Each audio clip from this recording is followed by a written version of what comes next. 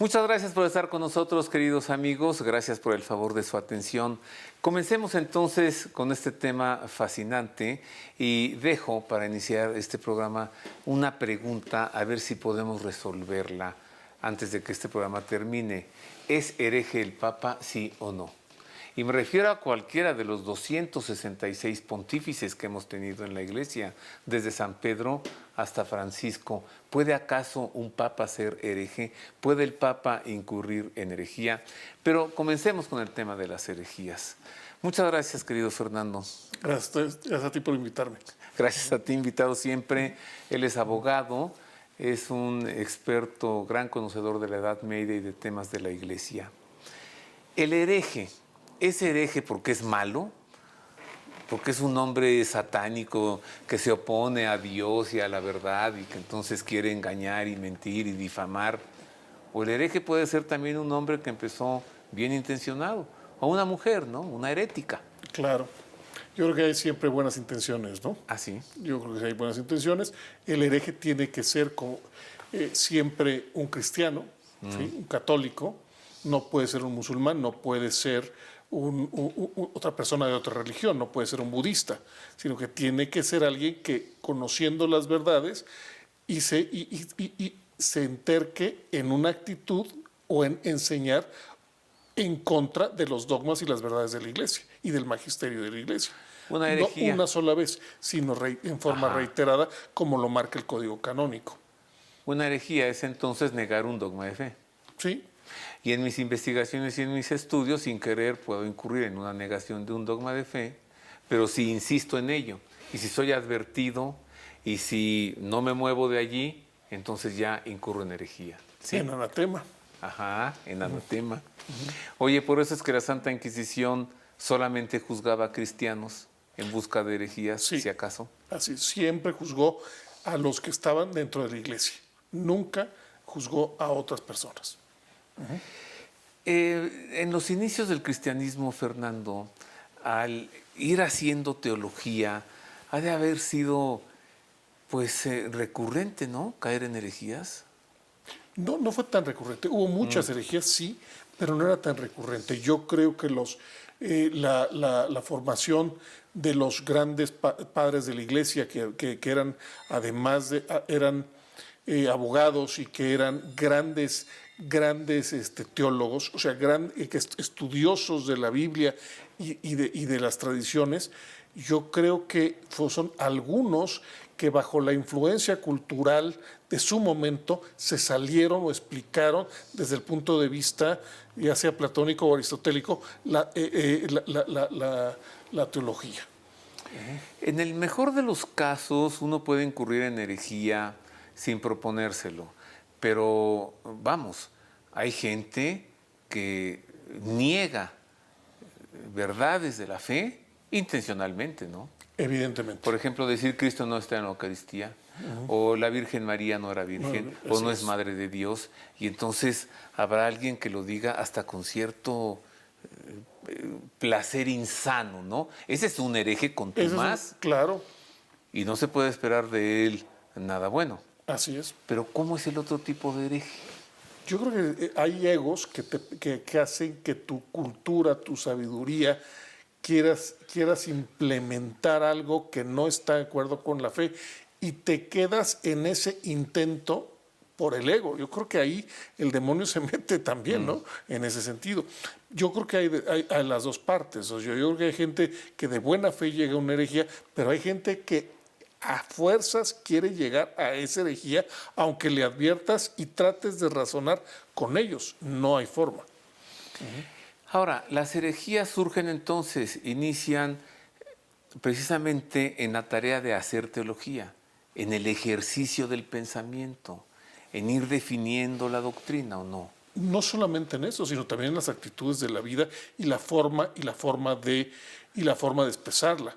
Porque para la cultura, desde el pueblo judío, para los romanos, el hecho de no tener una unidad social y un pensamiento único habla también de una ruptura social. Tan es así que es castigada la herejía dentro de las leyes judías y dentro de las leyes del imperio. O sea, vamos a tener dentro de los códigos la herejía como un delito de lesa majestad. Así, contra el imperio. Contra el imperio. Pero ya después de Constantino. No, desde antes de Constantino. O sea, esto viene tanto del pueblo judío como también del imperio romano, porque son contra la unidad del pensamiento del propio imperio. A pesar de que pudo haber tenido varios dioses, no podías ir en contra de eso. Y esto va a pasar a los códigos visigodos, y y también pasará esto a los códigos de la Edad Media, que hasta el final, con la Ilustración, quitaremos el delito de herejía como un delito antisocial, porque enfrentaba a la comunidad con otra parte, la dividía. No eran herejías cristianas, por supuesto. No, en su momento no, pero era importante, y esto lo retoma. Era parte importante de la cultura en general, estar con el mismo pensamiento. Por eso encontramos a tantos mártires entre los primeros cristianos en las persecuciones de Nerón y de Diocleciano, simplemente ejecutados por no querer presentar ofrendas a deidades paganas. Así es, por eso eran delitos de lesa majestad. Ajá. No solamente contra el emperador, sino contra la religión. ¿Cuál sería una de las primeras herejías, Fernando? Bueno, una de las primeras herejías que tardó mucho tiempo fue la de Arrio. Arrio es una persona muy formada en una ciudad muy culta que era Alejandría. De hecho, era una de las ciudades más cultas del Imperio Romano, formada por la parte griega, ¿sí? Entonces, Arrio era una persona con una gran capacidad de estudio, una gran capacidad, y caía sumamente bien. Además, él tenía una vida muy simple, muy sencilla, de mucho sacrificio, entonces le caía muy bien a la gente. Él empezó a promover diciendo que Cristo no era Dios, sino solamente era un hombre, que era una criatura que había sido creada por Dios, pero que podía irse hacia la parte mala o hacia la parte buena. Entonces, negando la naturaleza de Cristo como tal. La naturaleza divina. Divina de Cristo. Vamos a avanzar. Investigamos para usted. ¿En qué consiste la herejía arriana? El arrianismo tiene un lugar importante en la historia de la Iglesia, aunque no es entendido fácilmente en la actualidad, pues toca de lleno la esencia de la fe cristiana. Sin embargo, si lo consideramos como un intento oriental de racionalizar el credo, es decir, de privarlo de todo misterio, se comprenderá mejor lo que intentan decir los seguidores de Arrio, quien vivió del año 256 al 336 y cuya preocupación era explicar la relación que existe entre Cristo y Dios. La enseñanza de la Iglesia, basándose en los textos de los Evangelios y de las cartas de San Pablo, sostiene que Jesús es Hijo de Dios y por lo tanto merece la misma adoración y gloria, pues el Padre y el Hijo son consubstanciales. Ahora bien, en contra de esto, Arrio sostuvo que el Hijo no es de una sola esencia, naturaleza o sustancia con Dios, que Él no es consubstancial con el Padre y que por lo tanto no es como Él porque no posee igual dignidad o no existe con el mismo grado de eternidad o no se encuentra dentro de la esfera real de la divinidad. Así, en su carta a Eusebio de Nicomedia, Arrio insistió en el principio de que el Hijo no pertenece a la misma esfera que el Padre, el único ingénito, sino que también es creado como el resto de todo cuanto existe, aunque posea primacía. Algunos de los seguidores de Arrio trataron, con el tiempo, de mitigar la fuerza de estas afirmaciones y sostuvieron que el Hijo es semejante al Padre, pero no igual. Aunque el arrianismo es un problema teológico, tuvo implicaciones políticas en ciertos grupos lejanos a la administración del imperio. Tras el concilio de Constantinopla del año 381, al arrianismo se le ha considerado como una verdadera herejía en el mundo católico y por ende está condenado. En esto consiste una de las primeras herejías, la herejía arriana, la herejía cometida por Arrio. Continuamos con más de este tema y ahora tengo el gusto de conversar con Jorge Luis Ortiz. Él es filósofo y es actualmente el director de la Facultad de Filosofía de la Universidad Intercontinental. Nos decía Fernando, Jorge Luis, que pues para ser hereje debes tener una actitud insistente, ser contumaz, Sí. mantenerte en tu adhesión al mal. Adhesión al mal, decíamos ahorita fuera de Adhesión al cámara. mal. Sí, es que uno puede errar en el ejercicio de ir razonando, y ahorita vamos a ver de otros padres de la iglesia, uno puede errar, pero puede reconocer el error. Errar es humano. Permanecer en error es satánico, es lo que decían los padres de la iglesia. Ajá. Entonces, si yo trato de explicar algo y no puedo explicarlo y desvío, pues se me avisa. Ajá. Y en realidad existe algo que se llama el sensu fideli, ¿no? Me avisa el sentido común de la iglesia que me estoy saliendo de la ortodoxia. Hasta ahí no hay problema. El problema es cuando yo insisto, cuando se me avisó, entonces a eso se le llama hereje. Entonces, en realidad no cualquiera puede ser hereje. Puede haber un desvío doctrinal, puede haber una... Y además tiene que ser contra un dogma específicamente. Porque, por ejemplo, si yo estoy errando contra algo que no es dogma, pero es cercano a la fe, tiene otra... se llama peligro contra la fe, no es herejía. Y si estoy atacando el sentido común de los fieles, tampoco es herejía. Se llama atentado contra el sensu fidelium. Entonces, como que se va bajando hasta llegar, bueno, pero el que atenta contra un dogma, ese es el hereje. Decir Cristo no está en la Eucaristía, eso es un pedazo de pan y ya. Eso es una herejía. Eso es una herejía. Terrible. Terrible, Posiblemente de porque las es más dogma. graves, ¿no? Sí. Sí. Negar la maternidad divina en También María es una herejía. una herejía. A ver, yo quisiera que tú nos ayudaras más en esto. Hay herejes malos y hay herejes buenos, ¿no? O hay herejes malintencionados y hay herejes que no quisieron incurrir en herejía. A ver, pudieron haber caído en la herejía, pero cuando se les llamó la atención, y la Edad Media es muy abierta en ese sentido, antes de condenarte primero reunimos un concilio, un sínodo, o sea, era el mecanismo normal. Si a pesar de los argumentos que los otros presentaron, yo me quedo arraigado en el mal, entonces soy hereje. Y entonces ahí radica la maldad. Por eso ahorita decíamos en tu adhesión satánica al mal, ¿no? Porque en realidad se te avisó, se te corrigió, se te demostró y no quisiste ver o tu error o los riesgos que supone que tú estés diciendo eso. A lo mejor tú no dices una herejía, pero con lo que estás diciendo abres la puerta a que alguien la pueda decir. Ajá. Y también se puede detener en un concilio. Entonces, el hereje, cuando es determinado como hereje, es que ya habla de cierta maldad, porque quedó pertinaz en el mal. Uh-huh. Un ejemplo sería este monje Giordano Bruno. Giordano de Bruno. Que de repente le dicen, no va por ahí el asunto, todavía no puedes sacar esas conclusiones.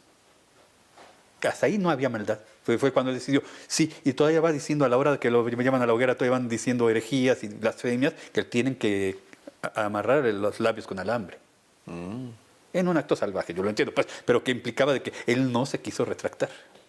Sí, como siempre, no podemos revisar el pasado con ópticas actuales, se llaman ópticas anacronismos actuales, sí. ¿no? Si hicieron esto con Giordano Bruno, pues en aquel momento pues él se lo habrá ganado. La herejía arriana niega la divinidad de Cristo, pero también hay una herejía que niega su humanidad, ¿no? Sí. O sea, sí es Dios, pero que solo tomó el aspecto de hombre, pero no era hombre. Sí, ese es el problema. La fe cristiana, el dogma principal de la encarnación del Hijo de Dios, es tan fuerte para poderlo entender que puede llevar a muchos desvíos. Unos sostendrán que no es hombre, otros sostendrán que no es Dios. Es interesante, por ejemplo, los gnósticos, siglo II, te acordarás, Irineo de León, San Irineo de León, San Hipólito, todos esos que lucharon contra esta visión, veían a Cristo como uno de los tantos seres inferiores de Dios, ni siquiera el más importante. Dios no va a mandar directamente a su Hijo al estiércol que es la tierra, ¿no? Entonces mandó a uno de los que están hasta abajo, digamos al Chalón, vete tú y avísales. Y entonces desde ahí empiezan a haber dificultades para poder comprender esta verdad. Dios se hizo hombre, se encarnó en nuestra fragilidad y no es sencillo entenderlo. Y entonces a veces es en aras, decías tú, de buena voluntad, de defender la grandeza de Dios, prefiero decir que Cristo no es Dios. En aras de defender lo grande que hizo Cristo, prefiero decir, sí, pero no es hombre. Si pusiéramos palabras contemporáneas, Valentino dijo, es como un holograma, utilizando palabras actuales, ¿no? Como una representación pictórica, pero no estaba ahí Jesús en la cruz.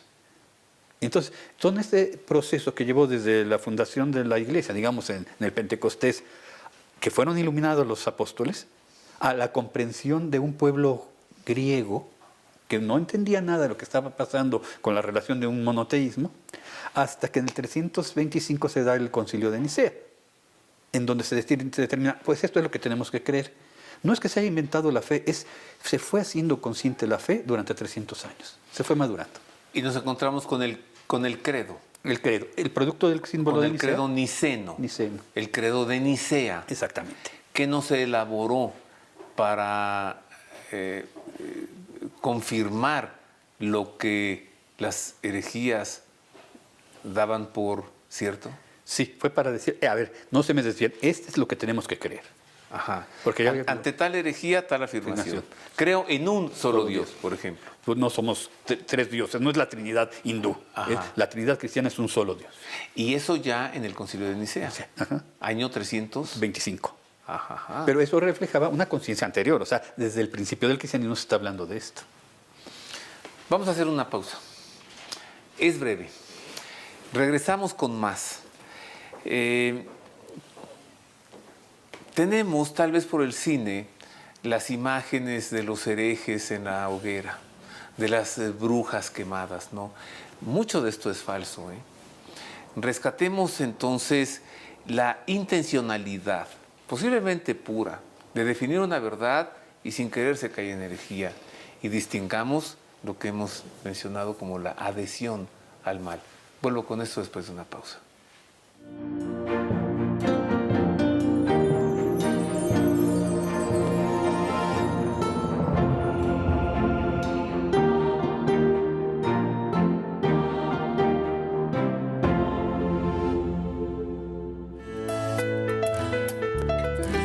Librerías Verbum, con más de 20 años de servicio, importa y distribuye libros de las más importantes editoriales católicas. Más de 8,000 títulos en temas de exégesis bíblica, teología, filosofía, liturgia, rituales, vida religiosa, espiritualidad, sociedad y religión, arte sacro y, por supuesto, las mejores Biblias al mejor precio. Además, si no tenemos un libro, lo buscamos. Avenida Cuauhtémoc 1116, Colonia Letrán Valle, Ciudad de México. Informes y ventas en www.libreriaverbum.mx y al 55 5688 9286 y 55 5688 9295. Librerías Verbum, libros para la reflexión y el conocimiento de Dios, desde la fe, obras para transmitir la espiritualidad al mundo de hoy.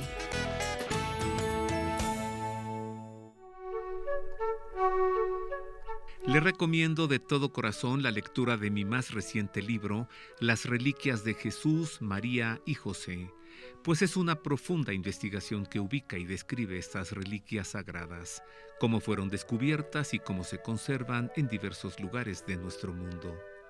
Le aseguro que la lectura de este libro le despertará un amor más grande por el Señor y le elevará su espíritu.